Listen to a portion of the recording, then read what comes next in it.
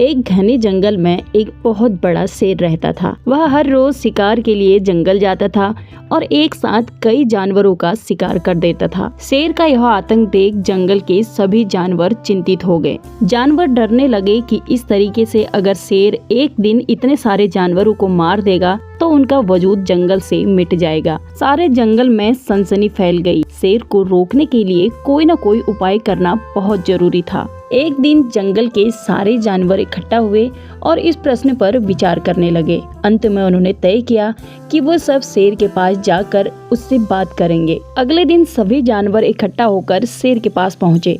ये सब देखकर शेर घबरा गया। शेर सोचने लगा कि ये सब मेरे पास क्यों आ रहे हैं। फिर शेर ने दहाड़ते हुए कहा, क्या बात है, तुम सभी इस तरीके से इकट्ठा होकर मेरे पास क्यों आए हो? तभी उन जानवरों में से हाथी बोला, महाराज, हम आपके पास निवेदन लेके आए हैं। आप राजा हैं और हम सब आपकी प्रजा हैं।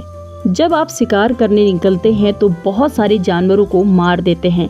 आप इतने सारे जानवरों को खा भी नहीं पाते, उसके बावजूद आप बहुत ज्यादा संख्या में शिकार कर देते हैं।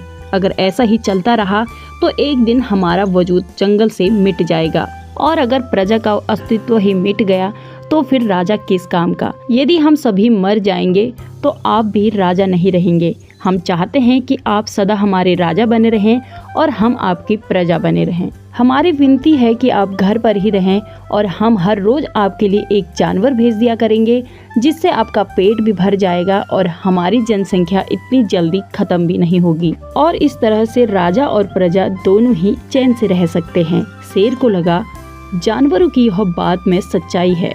उसने थोड़ा सा सोचा और फिर बोला, अच्छी बात है, मैं तुम्हारे सुझाव को मान लेता हूँ, लेकिन एक बात ध्यान रखना, अगर मेरे लिए शिकार भेजना भूल गए तो फिर गुस्से में मैं पूरे जंगल को तबाह कर दूंगा, और मेरे गुस्से पर मेरा भी कंट्रोल नहीं है। मुझे कोई रोक भी नहीं पाएगा।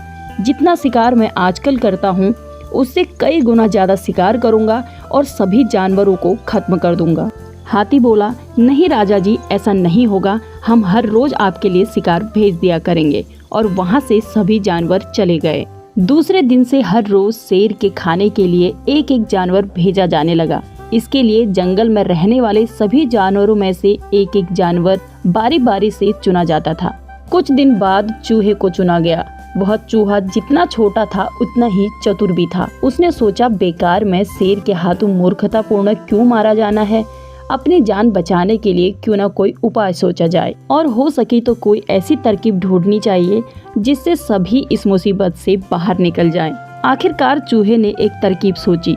चूहा धीरे धीरे आराम से शेर के घर की ओर चल पड़ा। जब वह शेर के पास पहुंचा तो तब तक बहुत देर हो चुकी थी। भूख के मारे शेर की हालत बहुत ज्यादा खराब थी। जब उसने अपनी ओर आते हुए एक छोटे से चूहे को देखा तो शेर गुस्से से बौखला उठा और गरज कर बोला, किसने तुम्हें भेजा है?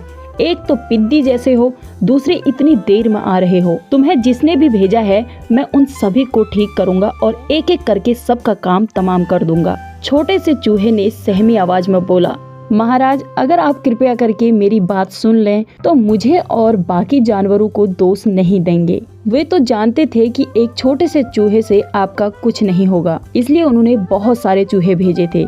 लेकिन रास्ते में हमें एक और शेर मिल गया। उसने बाकी सभी चूहों को खा लिया। वह तो मुझे भी खाने जा रहा था, पर मैंने कहा, सरकार, आपको पता नहीं है कि आपने क्या गलत कर दिया। हम सब अपने महाराज के भोजन के लिए जा रहे थे, लेकिन आपने तो उनका सारा खाना खा लिया। हमारे महाराज ऐसी बातों पर सहन नहीं करेंगे और वो यहाँ आकर आपको ही मार डालेंगे। ऐसा बोलने पर उसने पूछा कि कौन है तुम्हारा महाराज? मैंने जवाब दिया, हमारे जंगल का सबसे बड़ा शेर, हमारा राजा। और मेरा ऐसा बोलते ही वो गुस्से में बोला, तुम बेवकूफ हो क्या? इस जंगल का राजा सिर्फ मैं हूँ और यहाँ के सभी जानवर मेरी प्रजा हैं। मैं उनके साथ जैसा चाहूँ वैसा बर्ताव कर सकता हूँ। और जिस मूर्ख को तुम अपना राजा कह रहे हो वह एक चोर है। उस चोर को मेरे सामने हाजिर करो, मैं उसे बताऊंगा कि यहाँ का असली राजा कौन है। और इतना कहने के बाद उस शेर ने मुझे आपको लाने के लिए यहाँ भेजा है।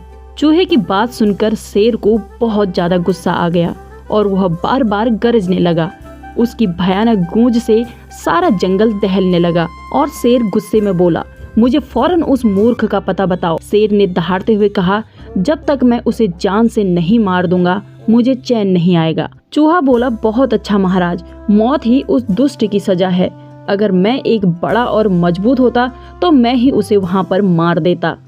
शेर ने गुस्से से कहा, फौरन मुझे रास्ता दिखाओ और मुझे उस मूर्ख तक ले चलो। चूहा शेर को रास्ता दिखाते हुए कुएं के पास तक ले गया और बोला, महाराज, वह दुष्ट शेर जमीन के नीचे किले में रहता है, जरा सावधान रहिए, किले में छुपा दुश्मन बहुत खतरनाक हो सकता है। शेर बोला, मैं उससे निपट लूंगा, तुम यह बताओ कि वो है कहाँ पर। चूहे ने जवाब दिया, पहले जब मैंने उसे देखा था तो वह यही बाहर खड़ा था, लगता है आपको आता देखकर वह किले के अंदर घुस गया, आइए मैं आपको दिखाता हूँ। चूहे ने कुएं के नजदीक जाकर शेर को अंदर झांकने के लिए कहा। शेर ने कुएं के अंदर झांका तो उसे कुएं के पानी में अपनी ही परछाई दिखाई दी। अपनी ही परछाई को देखकर शेर जोर से दहाड़ने लगा। कुएं के अंदर उसे अपनी गूंजती हुई आवाज भी सुनाई दी। शेर को लगा कि ये आवाज उसी मूर्ख की है और उसे मारने के लिए शेर कुएं में कूद गया। कूदते ही पहले तो वह कुएं की दीवार पर जाकर टकरा गया और फिर धड़ाम से पानी में गिर गया और वहीं डूबकर मर गया। इस तरह अपनी चतुराई से शेर से छुट्टी पाकर छोटा सा चूहा अपने घर लौटा।